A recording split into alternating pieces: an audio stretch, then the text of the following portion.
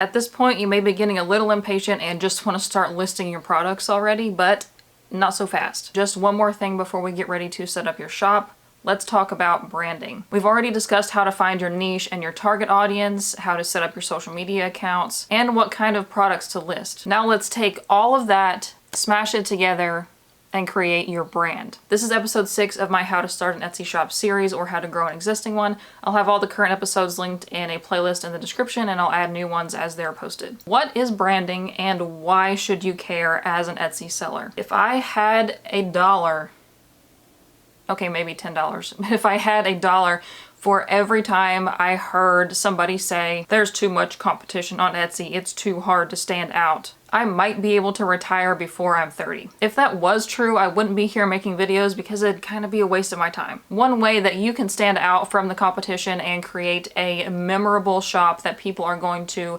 connect with and want to buy from over and over again is to have good, strong branding. Before we get much farther, let's go ahead and define exactly what branding is. This is a quote from Shopify's blog, actually. It says, "Branding is the process of creating a distinct identity for a business in the mind of your target audience and consumers. At the most basic level, branding is made up of a company's logo, visual design, mission, and tone of voice.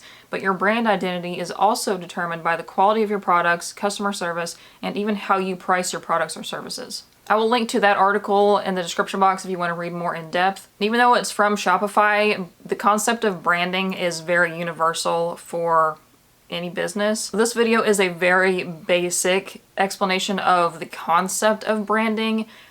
If you wanted to really understand it, you probably need a marketing degree, to be honest, because there is a lot to it. At the end of episode 4 of this series, I used the brand Liquid Death as an example of a brand that knows their target audience or their target market very well, and that's very clear through their very distinct branding. Let's go ahead and break down the different aspects of branding and how you can use them for your Etsy shop. The first one is colors. So when you think of a brand, the first thing that comes to mind is usually going to be their logo, but it is way more complex than that. Think about why they made that particular logo. Was it because they liked it or they thought it looked cool? No. There is actually a science behind what colors mean or represent. A few quick examples of what I mean by that. So if you have a brand that is eco-conscious, like say 7th Generation, which makes cleaning products, their branding is going to have a lot of green to symbolize plants and the earth. Or you have brands that want you to think they're eco-conscious, like BP, which makes, gasoline. They use green as well. And the color blue represents authority or security or trust. So a lot of healthcare companies, like insurance companies, are going to use blue. So like Blue Cross Blue Shield, or a lot of hospitals will use blue, or brands like Best Buy that want you to think they're like the authority of something. And there's obviously a lot more than that. Every color has its own psychology behind it. If you want to search something like branding color psychology, there's charts everywhere. And something that is easily overlooked is how visible the colors are. When you're picking colors, you want to make sure that they are going to be visible, especially for people with low vision. Certain colors are not going to be visible on a white background or a black background. Even if you don't have low vision, it is going to be harder to see colors that don't contrast very much, maybe are very small. Like if you have really small text, it's going to be harder to see if it doesn't contrast with the background. You'll need colors for things like your logo, banner images, your packaging, business cards, social media posts, email campaigns, your website if you create one later on, or even your product photos. So most brands are going to have a primary color and then like 1 or 2 secondary colors, or maybe 2 primary colors. And those are going to either complement or contrast each other. An invaluable tool when I was making the colors for my business and also for Type 9 Studio, I use this website called Coolors, C-O-O-L-O-R-S, so like cool and colors, coolors.co, not .com, .co. You can start off with the color that you want to be your primary color, or you can have it randomly generate until you come up with a palette that you like and that you think suits your branding. And pro tip, once you pick these colors, save them. So every single color is going to have like an RGB or a hex code. Copy that, write it down in a notebook, or save it somewhere. Trust me. It'll make everything easier and you won't accidentally use the wrong color for a lot of things before you realize it. Not that I've done that or anything. Or if you use Canva, you can save color palettes in Canva. And you can use your colors in your actual products as well. So for my business, my main color is a lilac purple, and I will use thread for my products that is that color instead of being like my competition who usually uses just white for everything, or they try to match it, which is really annoying to change thread color all the time. Now let's talk about fonts. For Etsy specifically, you'll mainly use fonts for things like your business cards or order inserts, or if you make infographic text-based photos for your listing photos. Fonts are going to be more important for something like your own website. Since you don't get to pick on Etsy, all the fonts are the same, but they are still good to have so they can be consistent. When you pick a font for your logo or for anything else, make sure it's clear and legible, easy to read. There are some stylistic considerations as well, like using a bolder or a softer font depending on your niche. And you can go searching for like unique fonts or different ones on the internet. There's lots of websites where you can download different fonts.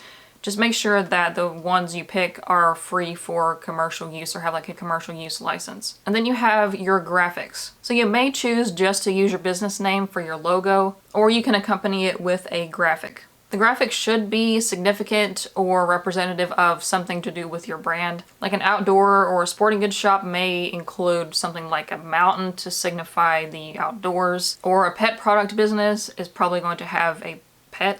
Just make it make sense, and try not to just pick something that you like that has nothing to do with your business. And we have your logo. So you should actually have multiple logos. I see this happen a lot.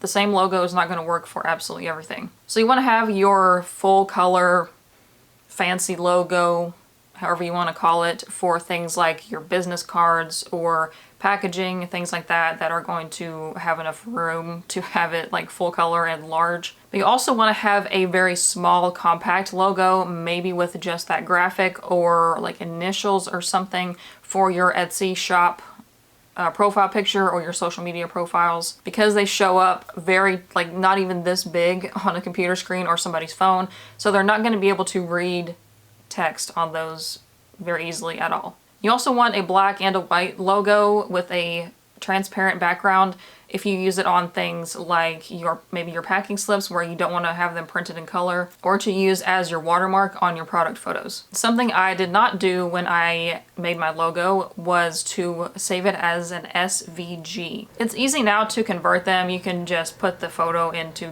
some website and it'll spit out an SVG. So the reason you want to have things like this in the SVG format is that it is going to allow you to enlarge that as big or small as you need it to be. So when you create your logo on a computer screen, it's going to look good, but if you need to have it printed or have it bigger for some reason, so say you make a logo for a business card's like 3 inches or so wide, maybe 4. You take that picture and you blow it up to like an 8-foot banner for your craft show, it's not gonna look good. Don't ask me how I know, because I did that.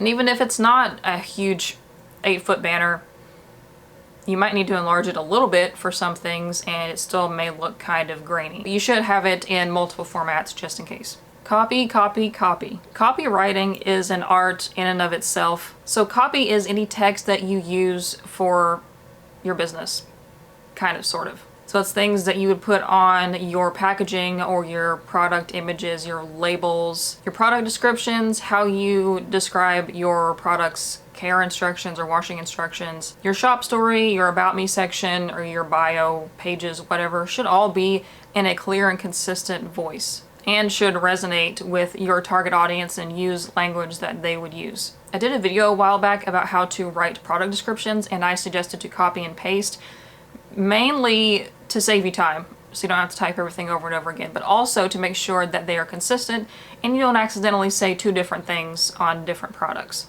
It's small details that make you sound professional. And here's a fun one that's actually becoming more and more important. Your brand ethos. What does your brand stand for? Now, I don't mean like politics and stuff like that, okay? I mean your company values. It seems like the big guys don't have any values except making money. So this is how small businesses can stand out. So this again should resonate with your target audience and the things they would support. This could be things like good quality, good value, premium quality, excellent service. Maybe your products are made to last a lifetime. Maybe you donate a portion to a certain charity or cause. You only use sustainable materials, and more things like that. And your brand values are going to influence your copy, how and where you source your materials or supplies, and how you interact with customers. And then we have packaging, which kind of combines all of those. So a brand that values premium top shelf quality is going to have different packaging than a brand that values,